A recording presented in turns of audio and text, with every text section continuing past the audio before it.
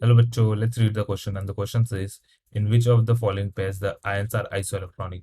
तो हमें बताना है कि कौन सा जो पेयर है उसमें आयंस है आइसोइलेक्ट्रॉनिक। तो यहाँ पर की कंसेप्ट लग जाएगा, वो है आइसोइलेक्ट्रॉनिक स्पीशीज का। आइसोइलेक्ट्रॉनिक स्पीशीज, तो इस केस में क्या हो जाएगा, हम कह सकते हैं कि आइसोइलेक्ट्रॉनिक स्पीशीज वो स्पीशीज होते हैं, तो यहाँ पर लिख लेंगे हम iso electronic species, species having same number of electrons, same number of electrons is known as isoelectronic species। तो हमारे पास पहला दिया है Na plus Mg2 plus, Na plus Mg2 plus.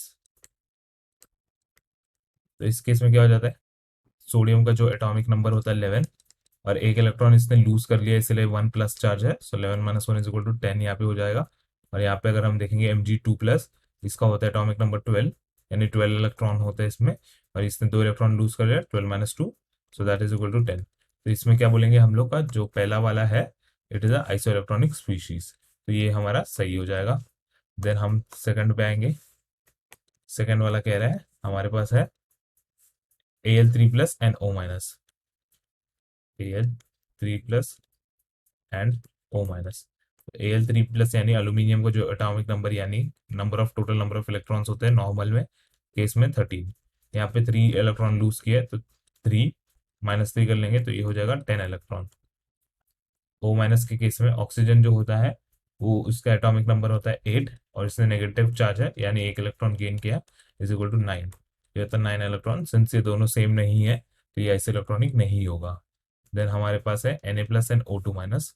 तो Na प्लस के केस में हम यहाँ पे लिख सकते हैं Na plus and O2 minus.